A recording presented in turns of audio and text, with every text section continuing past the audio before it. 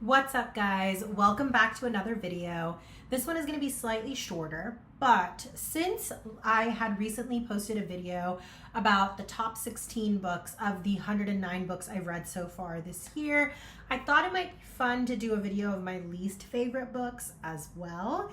If any of these books are books that you thoroughly loved or enjoyed, please keep in mind this is just my opinion.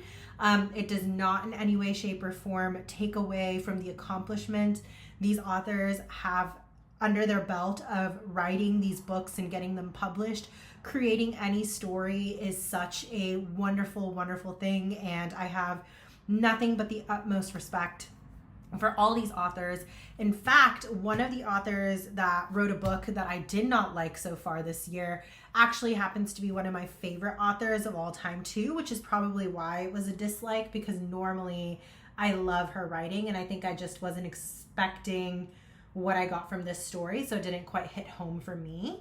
But that's just what I thought would be fun. And when I looked through all the books that I had read on Goodreads, which is how I track what I've read, as well as through my planners, which is where I do the physical spread of what I've read in a month, I realized there's only 5 that made it onto this list. So without further ado, we will jump into that. But before then, thank you so much for joining me today. If you are new to the channel, thank you for stopping by in my little corner of the internet. I talk about all things books with a little sprinkle of randomness here and there. So if that sounds like it's your cup of tea, definitely do consider hitting that subscribe button and that notification bell. For those of you who are returning back to the corner with me, thank you so much for coming back and joining me. I love having you guys here. I want to hear all your thoughts on books as well. This is meant to be a community vibe. So please leave your comments below. Tell me what you think. Tell me what books you liked, what books you didn't like.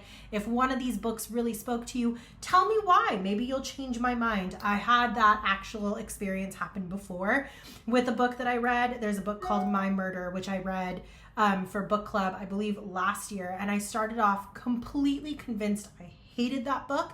And then the more and more I discussed it with my book club, I realized I actually should be giving that book a 5-star because of the reactions and emotions it pulled out of me. So that being said, please do keep in mind that this is meant to be a community forum. So please leave your comments. Let me know what you guys want to see. Let me know what books you liked.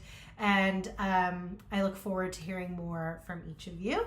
And thank you for coming back and supporting me and joining me on this journey.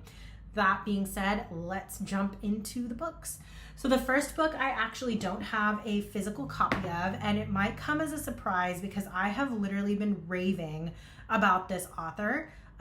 So I should change that statement that I made before. 2 books are actually books by authors that I absolutely adore. And so it was very interesting to me that these were actually the ones that popped up on the least fave. And one of them is The Friend Zone by Abby Jimenez. I'm trying to get this close enough where you guys can see the cover.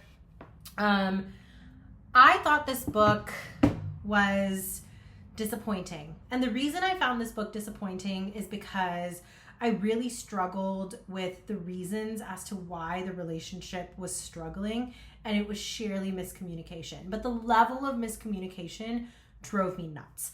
Also, there's the fact that it was really hard for me to connect with the main female character because I found her to be wanting.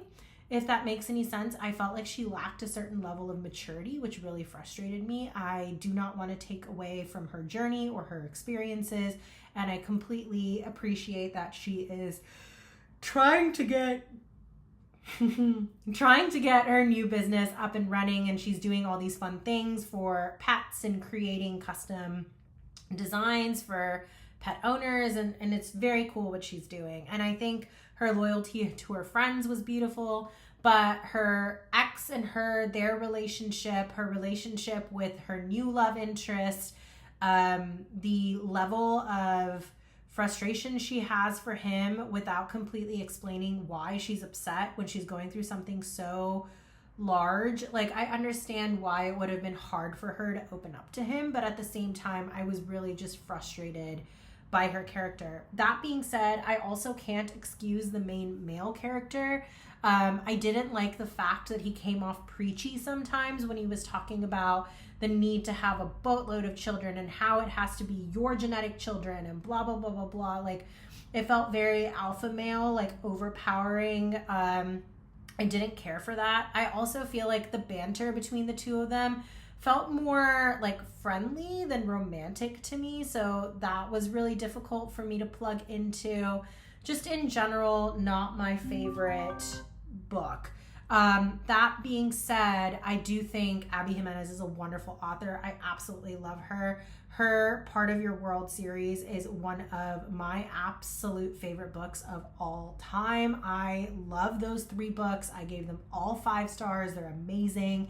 And I still maintain I will read any book that Abby Jimenez puts out.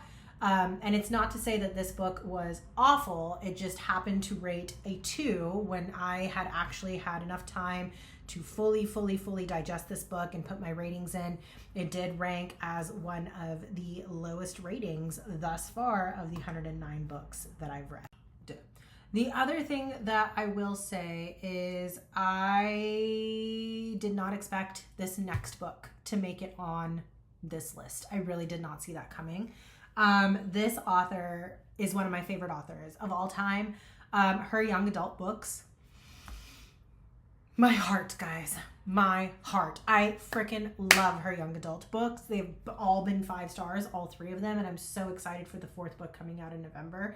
Her adult fiction have been pretty solid 3 to 3.5 stars for me. They're not anything to write home about, but they're funny, they're entertaining, they're a great read. I was expecting brilliance. I really was. And what I got was lukewarm at best. That being said, I absolutely adore this author. I will read every single book that she puts out. And of course, I'm talking about Lynn Painter's Happily Never After. This book, the premises is hilarious. It's so cute. The 2 main characters made me angry, like actually angry. Their relationship, this like conviction that she doesn't believe in love and like all of her negativity towards the male character. It's just hard. It's hard for me to accept that a person can be that dense. I loved the roommates. I loved the pets. I loved the various situationships that they got themselves into with their whole rule of basically being objectors at weddings. I think that part was all fun. But the 2 main characters themselves really irritated me. I didn't feel any chemistry between the 2 of them. I mean, there was a lot of commentary on physical attraction to one another, but I didn't feel too much in terms of like their actual relationship or their friendship or their growth to actually care for each other. A lot of this may also sound different than what I said originally when I read this book and did a review. I think I was really trying to like it back then, and so I was trying to give it a more positive review, but this did end up being a 2-star for me. I think I was overall just very frustrated with both of the main characters. And for me, if I'm not really feeling the romance and I'm not really feeling the main characters, it's really hard for me to connect with the book. The other thing is, on average, a Lynn Painter book takes me exactly 24 hours to read. Like I sit down and just binge it the first day, and then I'll binge the second half the second day. Or I'll just read it all in one day. That's typically how Lynn Painter goes for me. This book took me forever to get through. Forever. I think it took me almost 2.5 weeks to finish this book. And that's saying something, because normally, like I said, I get through them so fast. But it was so difficult for me to care about any of these characters that I really struggled with getting into the book. I also think, like, in general, even their friendship was like lukewarm for me, let alone their romance. So I just really struggled with this book. That being said, I think the idea of them breaking up weddings was really funny. That was a really great premises. I just wish there was more that the 2 characters felt towards each other. That being said, I will read every single book that Lynn Painter puts out. I will be the first one to be in line to pick it up. I have no doubts in my mind that that is what will happen. I just think this one didn't quite hit the mark or the landing for me. The next book I have on this list is The Bride Test by Helen Hoang. Now, I loved the first book in this series, which is the Kiss Quotient. And then I thought the third book in this, The Heart Principle, was decent. But this book really irritated me. I think it's because the male character, who's depicted as the one having autism, I feel like we didn't see his character develop as much as we do with the female characters in the other books. And a part of that could just be that the author herself is female. And I know that this is a very personal topic to our author. I know she has spoken on her own experiences, and I fully respect that. I also know it is a very challenging topic to write. You know what I'm saying? Sorry for all the yawns, guys. I can't. I'm tired. It's one of those days. I had like 15 people I had to see today for work, and then I had to sit in traffic for about 30 minutes to come home, and then I just dropped my husband off at the airport, and I am exhausted between you and me. But I had to talk to you guys. I had to share my thoughts. I just had so much to say about this topic, and so here I am. Please excuse all the yawns. That being said, this book, the male character, I wanted to see Kwon develop more. It's funny, I actually feel like I got more personality from his character in the first book and in the third book than I did in the second book, which was really frustrating for me. Not Kwon, sorry, Kai. I think that Kai's relationship with his family was really cute to see, and I think Kai's relationship with his career was really cute to see. And it was fun to see the quirky dynamics between him and the mail order bride. So there was that, which I enjoyed, and it made it fun. But at the same time, I couldn't connect to him at a deeper level, which was a little bit frustrating for me. The only thing that is an exception to that is his feeling of grief and loss over his friend, and him not being able to express how that affected him, and his belief that he can't love. Like, that was very powerful for me. And I do think that that is something I understand as being a real struggle, because you see the world reacting in a specific way to different situations. They have a certain reaction, and you expect that you should have that same reaction too. But you really learn through this book that people do process things in different ways. And I do think there was a lot of respect in the way that it was done in this book, and how it really spoke to his autistic side as well. As far as our main female character, I did not like her. I did not like her at all. I thought she was very hard to appreciate because she lied from the beginning. She constantly talks about how she loves being a mom, but she wasn't ever going to mention that she had a son, but she was going to marry this guy. Like, I don't understand that. I also don't understand how she has the ability to just say, yes, I'm going to take your money and marry this man and move cross country and leave my daughter at home, without knowing whether or not she's going to be taken away by my ex-husband, who's also a douche, or the ex-man in her life, because they never got married. All of that was extremely frustrating for me. I think her desire to learn English, her desire to impress him is sweet. It's cute. I just think it was motivated by the wrong things, right? Like, I think she should have just been herself and allowed him to appreciate her for her, instead of constantly trying to change herself. And I only thought our main female character became tolerable once she starts doing that. Once she's like, you know what, I'm actually going to go get a degree for myself, not to impress this man, but so I can take care of myself and my child. I respected that. When she was like, I am going to have a relationship with this potential mother-in-law of mine because she's a wonderful woman and I like her and I actually want to get to know her, I respected that a lot more. And then by the end, when she was kind of showcasing that her personality is this, either take it or leave it, to Kai, I think that's when I really appreciated her. But it just bothered me that it took 3/4 of the book to get to that point. And so I was really frustrated with her character. I also hate the fact that the book also makes it seem like she's embarrassed by being Vietnamese, and embarrassed by the fact that she has a language barrier, and embarrassed by the fact that she's not able to just jump into American society. I feel like that was tragic to see. I believe in celebrating cultural differences, especially like considering I myself am from an Indian background. So, you know, like, I understand that my culture might be different than what other people have experienced in their lives.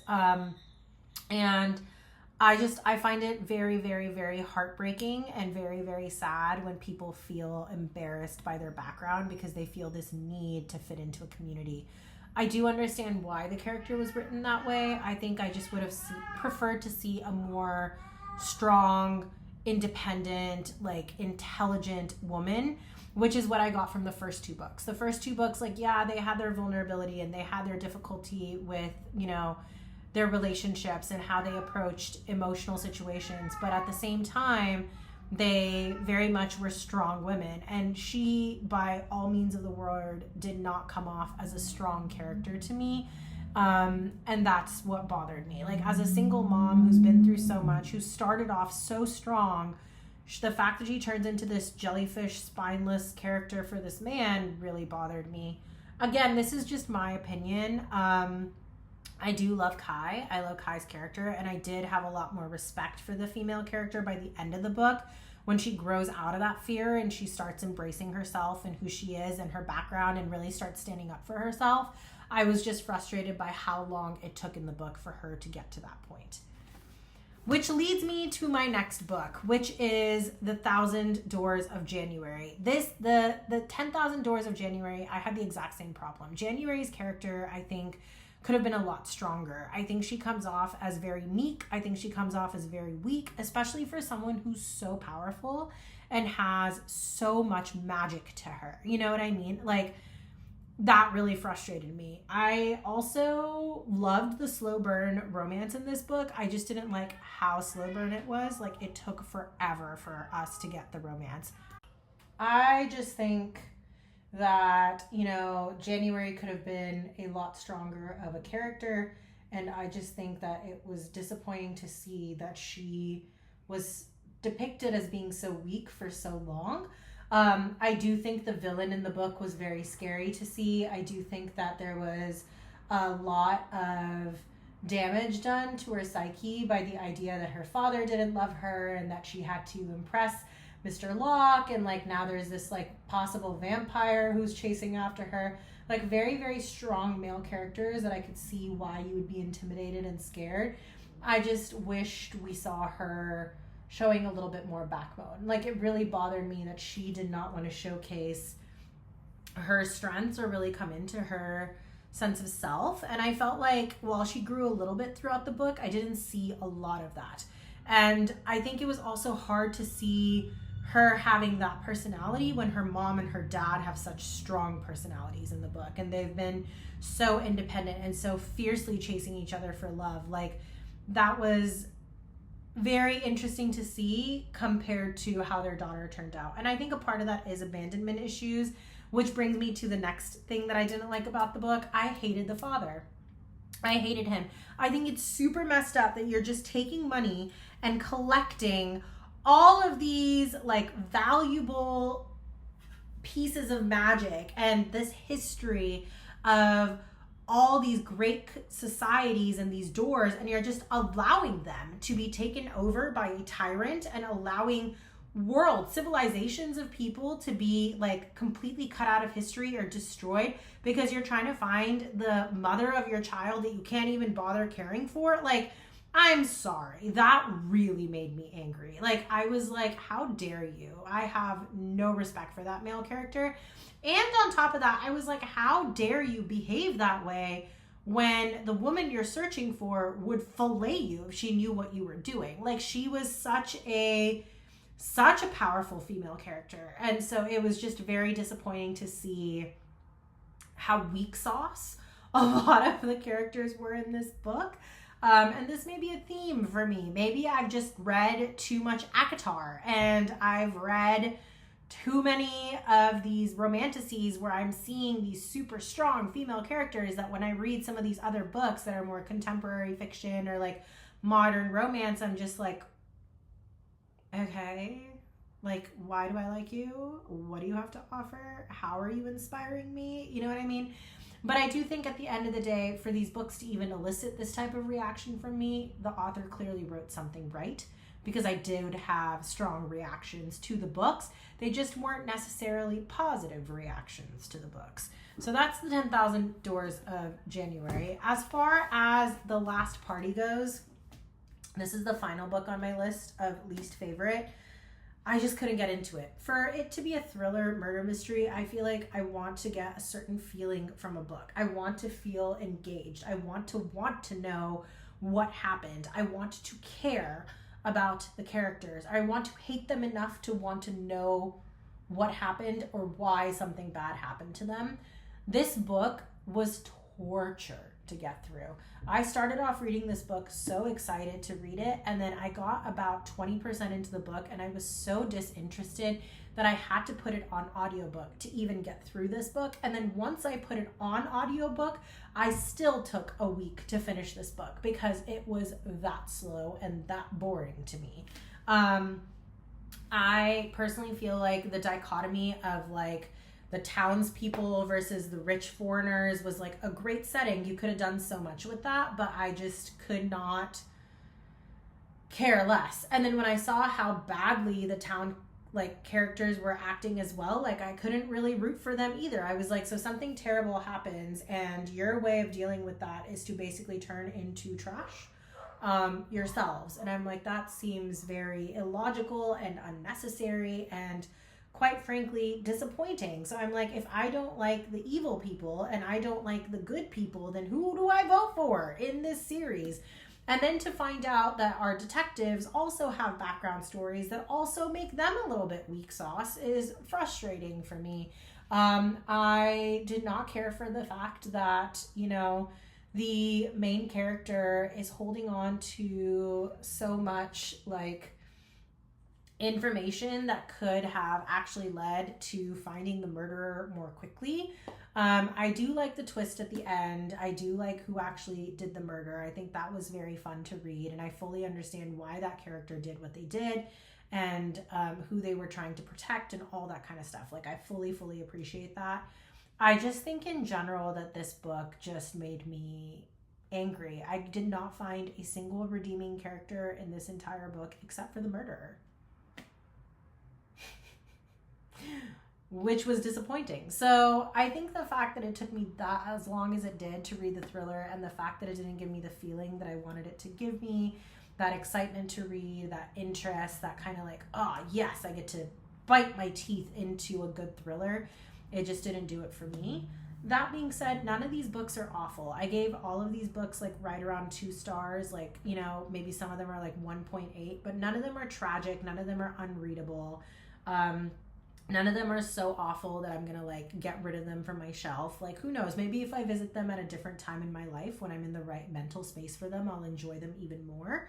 But unfortunately, whether it was the time, the atmosphere, or just the book itself, these 5 books did not speak to me. And that brings me to the end of this video. So I will say, like, I again meant no disrespect to these authors or to anyone who might enjoy these books.